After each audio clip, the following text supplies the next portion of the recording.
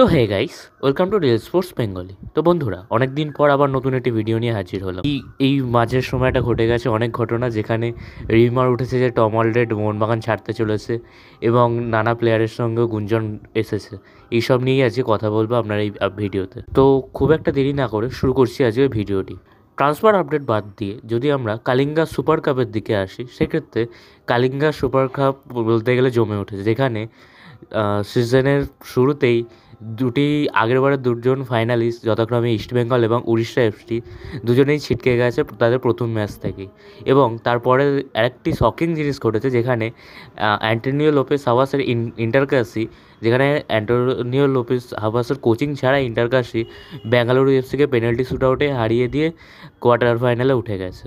অন্যদিকে Churchill brothers যেহেতু tournament থেকে তাদের নাম তুলে নিয়েছিল, তাই জন্য মোহনবাগান সরাসরি খেলতে চলেছে 26 তারিখ বিকেল 4টের সময় তাদের কোয়ার্টার ফাইনালের ম্যাচ কেরালা ব্লাস্টার্সের সাথে, যেখানে কেরালা ব্লাস্টার্স আগের ম্যাচে ইস্টবেঙ্গলকে 2-0 হারিয়ে তাদের ফুল স্কোয়াডের সাথে এই টুর্নামেন্টে এসেছে এবং এই টুর্নামেন্টে জেতার জন্য খেলছে তারা। অন্যদিকে মোহনবাগান দুটো বড় বড় ট্রফি জিতে যাওয়ার পরে তাদের বলতে গেলে আরএফডিএল এর স্কোয়াড এবং কয়েকটি সিনিয়র প্লেয়ারদের নিয়ে একটি মিক্স স্কোয়াড এই টুর্নামেন্টের জন্য পাঠাতে চলেছে, যেখানে এই টিমের হয়ে কোচিং করাতে চলেছে বাস্তব রয় এবং অ্যাসিস্ট্যান্ট কোচ হিসাবে থাকতে চলেছে অবশ্যই ডেগি কার্ডোসো। এবার যদি আমরা টিমের দিকে আসি মোহনবাগানের, সেক্ষেত্রে মোহনবাগানের হয়ে এই কালিঙ্গা সুপার কাপে ক্যাপ্টেন্সি করতে চলেছে দীপক নাংরি। যদিও দুদিন আগে একটা খবর আসছিলো যে দীপক নাংরির একটি চোটও এসেছে, তো তাছাড়াও এখন মনে হচ্ছে দীপক নাংরি পুরোপুরি ফিট এবং এই ম্যাচটির জন্য খেলতে চলেছে। এবং এই মোহনবাগান স্কোয়াডে একমাত্র বিদেশি হিসাবে খেলতে চলেছে নুনো রেইস। সত্যি কথা বলতে আমরা নুনো রেইসের খেলা এবারে দেখতেও পাইনি তেমন, এবং একটি ম্যাচ দিয়ে তাকে জাজ করাটাও ঠিক হবে না। এছাড়াও যদি বাকি প্লেয়ারের দিকে আমরা নজর দিই, তাহলে অবশ্যই আছে রাজ বাসপোরে, ধীরাজ সিং, অভিষেক সূর্যবংশী, সাহাল আব্দুল সামাদ, আশিক কুরুনিয়ান, আর সানোয়ার শেখ, দিব্যেন্দু বিশ্বাস, গ্লেন মার্টিন্সের হয়তো এই ম্যাচটা মোহনবাগানের হয়ে লাস্ট ম্যাচ হতে চলেছে যদি তাকে খেলানো হয়। এছাড়াও আমানদীপ, শিবম মুন্ডা, টাইসন সিংয়ের দিকে নজর রাখতে হবে, কারণ আইএসএলে এবারে তাকে চান্স দেয়নি। দেখা যাক এই ম্যাচে সে কী করে। এছাড়াও লিওয়ান কাস্টিনা, সান্তিম মালিক, সৌরভ ভানওয়ালা, শিবাজিৎ সিং, সালাউদ্দিন, সুয়েল আহমেদ ভাট। এখানে একটা কথা বলে রাখি যে মোহনবাগান এই সুপার কাপ খেলার আগে যে প্র্যাকটিস ম্যাচটি খেলেছিল কয়েকদিন আগে, সেই ম্যাচে সুয়েল আহমেদ ভাট একটি হ্যাট্রিকও, উমার মুঠার কেপি, পাসাং দর্জি সামাং, রাভি রানা, সেটো, তাং সিং এবং অবশ্যই প্রিয়াংশ দুবে, এই হতে চলেছে মোহনবাগানের স্কোয়াড, যেখানে বলতে গেলে একটি মিস স্কোয়াড যাচ্ছে, বেশিরভাগটাই আরএফডিএল এর প্লেয়ারগুলো যাচ্ছে। এবং একদিক দিয়ে এটা একটু ভালো হবে, যেসব প্লেয়াররা এবারে পুরোপুরিভাবে খেলার টাইম পায়নি সেসব প্লেয়াররাও এদিকে খেলতে পারবে এবং আরএফডিএল স্কোয়াডটাও একটা ভালো কম্পিটিশনের মধ্যে থাকতে পারবে। তবে এই স্কোয়াডের মধ্যে আরেকটা প্লেয়ারকে অ্যাড করলে আমি খুশি হতাম, সেটা হচ্ছে ডিমি পেত্রাতস। এবারে আইএসএলের প্লেয়ারটা অতটা ভালো গেম টাইম পায়নি, এই ম্যাচে যদি খেলতো তো খারাপ হতো না।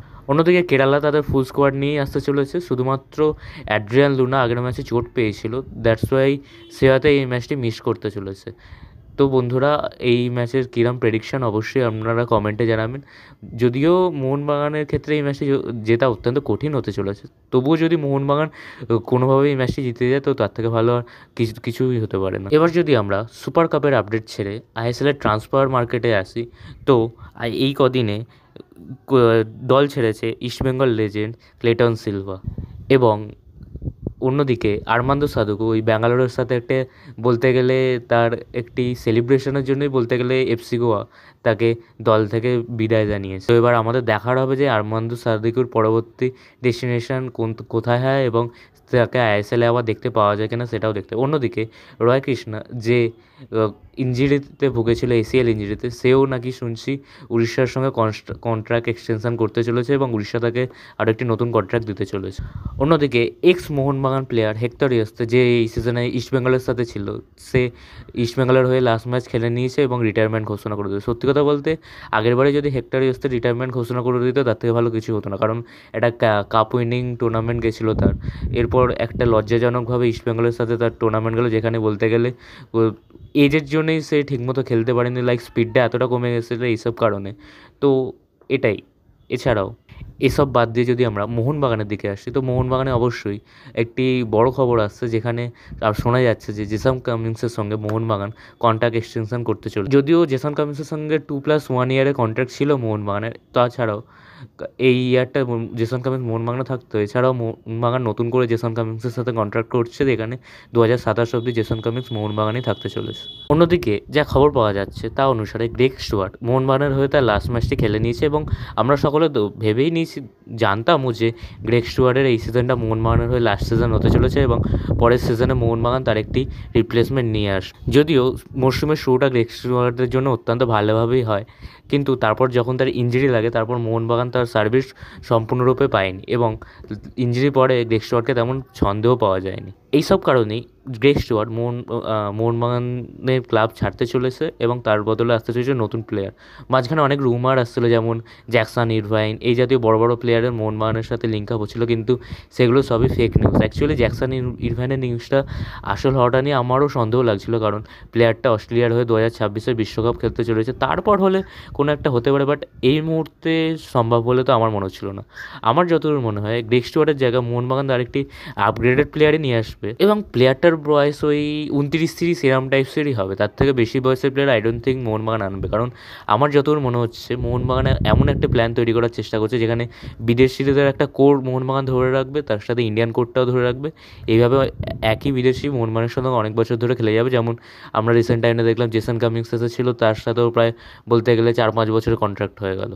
তো আমার মনে হয় গ্রেগ স্টুয়ার্টের জায়গায় মোহনবাগান অবশ্যই একটা আপগ্রেড আসবে, যদিও এখন অনেক রুমার মার্কেটে ঘুরছে, তো এখন অবধি শিওর খবর কোনোটা আসেন, তাই আমি সেই বিষয়ে বলতেও চাইছি না। তবে আমার যতদূর মনে হয় প্লেয়ারটি ওই 29 থেকে 31-এর মধ্যে হবে, এবং প্লেয়ারটির সঙ্গে বেশ অনেক বছরের কন্ট্রাক্ট মোহনবাগান করবে, যেমন হুগো বুমোসের সাথে করেছিল 5 বছরে। ওর আমি একটা 2-3 বছরের কন্ট্রাক্ট আসবে, এবং যদি প্লেয়ারটা ভালো খেলে তারপরে আবারও এক্সটেনশন হতে পারে তার সাথে। অন্যদিকে আরেকটি রুমার ঘোরাফেরা করছে যে টম আর্লেট, যে ডিফেন্সের একটি স্তম্ভ হয়ে উঠেছিল অ্যালবার্টো রড্রিগেজের সঙ্গে, সে নাকি দল ছাড়তে চলেছে। তার কন্ট্রাক্টে একটি ক্লজ ছিল 1+1-এর, তো এবার যদি কন্ট্রাক্টটা অটোমেটিক ট্রিগার করে দেন তো টম আর্লেট মোহনবাগানে থাকছে দেন, এবং যদি টম আর্লেটের ওই কন্ট্রাক্টটা অটোমেটিক ট্রিগারের কোনো ক্লজ না থাকে, তা সেক্ষেত্রে টম আর্লেট দল ছাড়লেও ছাড়তে পারে। তবে এক্ষেত্রে কয়েকটি কন্ডিশনও আছে, যেমন মোহনবাগান যেহেতু এসিএল খেলতে চলেছে, সেক্ষেত্রে মোহনবাগান এমনটা হতেই পারে যে এসিএলের জন্য বেশি ডিফেন্ডার বা বেশি বিদেশি মোহনবাগান নিয়ে রাখলো, যেমনটা আগেরবার আমরা দেখেছিলাম নুনো রেসকে মোহনবাগান রেখে দিয়েছে, তেমনই টম আর্লেটকে চাইলেও মোহনবাগান রেখে দিতে পারে। অ্যাকচুয়ালি টম আর্লেটের ক্ষেত্রে সবথেকে বড় প্রবলেমটা হচ্ছে টম আর্লেটের এজটা। অ্যাকচুয়ালি প্লেয়ারটা 35 বছরে হতে চলেছে পরের বছরে, তাই এজটা একটি বড় ফ্যাক্টর হয়ে যাবে। আইএসএলের মঞ্চে চলে গেলেও এসিএলের মঞ্চে একটু প্রবলেমেটিক হতে পারে। আর টম আর্লেটকে যখন সাইন করে মোহনবাগান, তখন কখনোই টম আর্লেট প্রথম চয়েস ছিল না। মোহনবাগানের প্রথম চয়েস হিসাবে নুনো রেসকেই মোহনবাগান দেখেছিল, কিন্তু নুনো রেস তখন ইন্ডিয়া থেকে আসতে চায়নি, দ্যাটস ওয়াই মোহনবাগান টম আর্লেটকে সাইন করে। কিন্তু আমারও মনে হয় না যে মোহনবাগান তখন ভেবেছিল যে টম আর্লেট এতটাও ভালো খেলে দেবে। মাঝে মাঝে এমনও টাইম গেছে যখন টম আর্লেট নিজের খেলার দ্বারা অ্যালবার্টো রড্রিগেজকে পুরোপুরিভাবে ওভারসাইডও করে দেয়, যেমন ফাইনালের কথাই আমরা ধরুন না। অন্যদিকে আরেকটা সবথেকে বড় এবং হিউজ রিউমার আসছে, যেখানে জেসন কামিন্সের সতীর্থ অর্থাৎ সেন্ট্রাল কোস্ট ম্যারিনার্সের প্লেয়ার ব্রায়ান কার্লট্যাক, যার সাথে 2 বছর আগেও মোহনবাগানের কথা হয়েছিল যখন জেসন কামিন্স মোহনবাগানে আসে, সে নাকি তার ক্লাব সেন্ট্রাল কোস্ট ম্যারিনার্স এই সিজনের পর ছাড়তে চলেছে। রিসেন্টলি একটি সাক্ষাৎকারে তাদের কোচ এই কথাটি জানিয়েছে, এবং অস্ট্রেলিয়ার একটি জেনুইন মিডিয়া এই নিউজটা বার করেছে, এবং জানা যাচ্ছে তার পরবর্তী ডেস্টিনেশন এশিয়ারই কোনো একটি ক্লাব হতে পারে, এবং যদি সেই ক্লাবটি ইন্ডিয়া হয় তো সেটা অবশ্যই মোহনবাগান হবে, এটা আপনারা ধরে রেখে দিতেই পারেন। কারণ 1 বছর আগেও যখন জেসন কামিন্স আসে, তখনও মোহনবাগান ব্রায়ান কার্লট্যাককে সাইন করার জন্য ইন্টারেস্টেড ছিল, বাট তখন এই প্লেয়ারটি জয়েন করতে যায়নি মোহনবাগান। আর সত্যি কথা বলতে টম আর্লেটের জায়গায় এই প্লেয়ারটি একটি বড় আপগ্রেডই হতে চলেছে, কারণ আমার মতে অ্যালবার্টো রড্রিগেজের থেকেও এই প্লেয়ারটি আপগ্রেড হতে পারে, বিকজ অফ আমি ব্রায়ান কার্লট্যাকের কয়েকটি ম্যাচেও দেখেছিলাম, যেখানে ব্রায়ান কার্লট্যাকের অ্যালবার্টো রড্রিগেজের একটা প্রবলেম হচ্ছে যে অ্যালবার্টো রড্রিগেজের স্পিডটা প্রচণ্ড কম, কিন্তু ব্রায়ান কার্লট্যাকের ক্ষেত্রে সেক্ষেত্রে পুরোপুরি অপোজিট। অর্থাৎ যদি কোনো স্ট্রাইকার ধরুন ব্রায়ান কার্লট্যাককে বিট করে এগিয়ে যায়, তো ব্রায়ান কার্লট্যাকের স্পিড দিয়ে সে সেই স্ট্রাইকারকে আটকে দিতেই পারে আবার। তবে এটা পুরোপুরিভাবে এই মুহূর্তে রিউমার চলছে। আমার মনে হয় যতদূর সময় এই নিউজটা হলেও হতে পারে। তবে এই এখন মোহনবাগানের ডিফেন্ডারের দিকটা ওই 26 তারিখের ম্যাচটার পরেও কিছু না কিছু ঠিক করতে চলেছে। কারণ নুনো রেসকেও মোহনবাগান সাইন করে রেখেছিল। তো সেই ম্যাচটা হওয়ার পর নুনোর খেলাটা কিছু দেখা যাবে। যদিও আগের প্র্যাকটিস ম্যাচে নুনোকে অতটাও ভালোভাবে পাওয়া যায়নি, তাও অ্যাকচুয়ালি এটাও স্বাভাবিক যে প্লেয়ারটা এতদিন কম্পারেটিভ ফুটবল থেকে বাইরে ছিল। প্র্যাকটিস ম্যাচ আর একটা ফুটবল ম্যাচের মধ্যে আকাশ পাতালে তফাৎ থাকে। তো 26 তারিখের ম্যাচে যদি নুনো রেইস খুব প্রচণ্ড খারাপ করে, সেক্ষেত্রে মোহনবাগানের যেহেতু 1 বছরের কন্ট্রাক্ট ছিল, মোহনবাগান তাকে ছেড়ে দিতেই পারে। কিন্তু ধরুন নুনো রেইস অতটাও ভালো খেলে দিল, সেক্ষেত্রে মোহনবাগান তার সাথে আবার এসিএলের জন্য কন্ট্রাক্ট এক্সটেনশনও করে নিতে পারে। তো আমার মনে হয় 26 তারিখের ম্যাচটা না মিটলে কিছুই এই মুহূর্তে বলা যাচ্ছে না। তবে যদি ব্রায়ান কালটাকে ডিলটা মোহনবাগান ডান করতে পারে, দেন এটা সবথেকে বড় ডিল হতে চলেছে ডিফেন্ডারের দিক থেকে। এবং প্লেয়ারটা অবশ্যই খুব ভালো মাপের প্লেয়ার, পোগবার মতো প্লেয়ার একেবারেই নয়। এছাড়াও আইএসএলের ফাইনালের পর আরেকটা রিউমার ঘুরেছিল যে নাওরেম রতন সিং, বিএফসি প্লেয়ার, তাকে নাকি মোহনবাগান ডিল ডান করতে চলেছে। সত্যি কথা বলতে এটা নিয়ে আমার একটু সন্দেহ আছে। কারণ ব্যাঙ্গালোর এফসির সঙ্গে যতদূর শোনা যাচ্ছে সে ক্লাব ছাড়তে চলেছে। তবে ডিমান্ডটাও প্রচণ্ড পরিমাণে হাই থাকতে চলেছে, শোনা যাচ্ছে গুরপ্রীত সিং সান্ধুর থেকেও বেশি। মোহনবাগানের কাছে টাকাটা একটা ফ্যাক্টর নয়, বাট মোহনবাগান কি অতটা টাকা নিয়ে নাওরেম রতন সিংকে আনবে এবং পুরোপুরি গেম টাইম পাওয়াটাও তার পক্ষে একটু প্রবলেম হতে পারে। তো এইসব নিয়ে একটু চিন্তায় থাকাই যায়। তবে মোহনবাগান চাইলে নাওরেম রতন সিংকে ডিল ডানটা করে নিতেও পারে। যদিও আমি চেয়েছিলাম আরেকটা প্লেয়ারের পিছনে মোহনবাগান যাক, সেটা হচ্ছে পাঞ্জাব এফসির অভিষেক মিত্তাল, যে এখন অবধি খবর মতো ইস্টবেঙ্গল তার উপরেও নাকি ঝাঁপাতে চলেছে। অভিষেক সিংকে কেন বলছি, কারণ অভিষেক সিং কম টাকাতে চলে আসবে এবং প্লেয়ারটার মধ্যে একটা পোটেন্সিয়াল আছে ভবিষ্যতে একটা ইন্ডিয়ান বেস্ট লেফট ব্যাক বা রাইট ব্যাক হওয়ার। অ্যাকচুয়ালি এখন অবধি যেসব খবরগুলো পাওয়া যাচ্ছে সেগুলো রিউমার টাইপসেরই ধরা যাচ্ছে। তবে আমি যদি বলি মোহনবাগানের এই মুহূর্তে যে প্লেয়ার দরকার, সেক্ষেত্রে অবশ্যই শুভাশিস বোস অথবা আশিস রায়ের একটি ব্যাকআপ, সেটা নাওরেম রতন সিং না অভিষেক মিত্তাল কে হতে চলেছে সেটা এখন দেখা থাকবে। দ্বিতীয়ত হচ্ছে অবশ্যই একজন ইন্ডিয়ান সেন্টার ব্যাক, কারণ আমার মনে হচ্ছে পরবর্তী সিজন থেকে মোহনবাগান একটা বিদেশি ডিফেন্ডার ও একটা ইন্ডিয়ান ডিফেন্ডার এভাবেই যেতে চলেছে। এবং এখানে মেহতাব সিংয়ের নামটা সবথেকে বেশিভাবে উঠে আসে। তো দেখা এটাই যে মুম্বাই কি আবারও আপিয়ার মতো মেহতাব সিংকে ছাড়ে কি ছাড়ে না, এটাও দেখার থাকবে। নাকি মোহনবাগান আবার দিব্যেন্দুর মতো প্লেয়ারদের এস্টাবলিশ করবে, সেটাও দেখার থাকবে। পর মোহনবাগানের সবথেকে বেশি এটা দরকার হতে চলেছে, সেটা হতে চলেছে অবশ্যই গ্রেগ স্টুয়ার্টের রিপ্লেসমেন্ট, যেটা এই সিজনে আই থিঙ্ক একটি খুব বড় মাপের প্লেয়ার মোহনবাগানে আসতে চলেছে এবং পরবর্তী 2-3 মাসে এটা আমরা জানতে পারবো। আরেকটি চেঞ্জ আমি পার্সোনালি ফিল করি, যেটা হচ্ছে মানবীর সিংয়ের একটি ব্যাকআপ। কারণ মানবীর সিংয়ের ব্যাকআপ মোহনবাগান টিমে এখন অবধি নেই। তো সেই জায়গা মোহনবাগানকে টাইসন জাতীয় প্লেয়ারকে সুযোগ দেবে না তার জায়গায় নতুন কোনো প্লেয়ার আনবে, এটাও দেখার থাকবে। অন্যদিকে আরেকটি ভয়ও কাজ করছে, মোহনবাগান কি দিমিত্রি পেত্রাতোসকে ছেড়ে দেবে? কারণ মোহনবাগান যতই দিমিত্রি পেত্রাতোস মোহনবাগান লেজেন্ড হোক না কেন, আমরা এর আগেও দেখেছি রয় কৃষ্ণাকেও মোহনবাগান ছেড়ে দিয়েছিল। তো ডিমিকে ছেড়ে দিলেও দিতে পারে, কারণ ডিমির এবারের সিজনটা একেবারে ফ্লপ গেছিলো। কিন্তু অ্যাকচুয়ালি আমি ফিল করি যেটা, ডিমি এইবার ফ্লপ গেছিলো কারণ ডিমি কখনোই ওই গ্রেগ স্টুয়ার্টের মতো প্লেয়ার না যে বল ক্যারি করে গিয়ে গোল করবে। ডিমিকে খেলার জন্য অবশ্যই একটি জনি কাকর মতো প্লেয়ার লাগে। তো পরবর্তীকাল আইএসএল সিজনে মোহনবাগান যদি একটি ইন্ডিয়ান ডিফেন্ডার সাইন করাতে পারে, তো 3 জন বিদেশি আপফ্রন্টে থাকলে মোহনবাগানের জন্য দিমিত্রি পেত্রাতোস ভালো ফর্মে ফিরতেও পারে।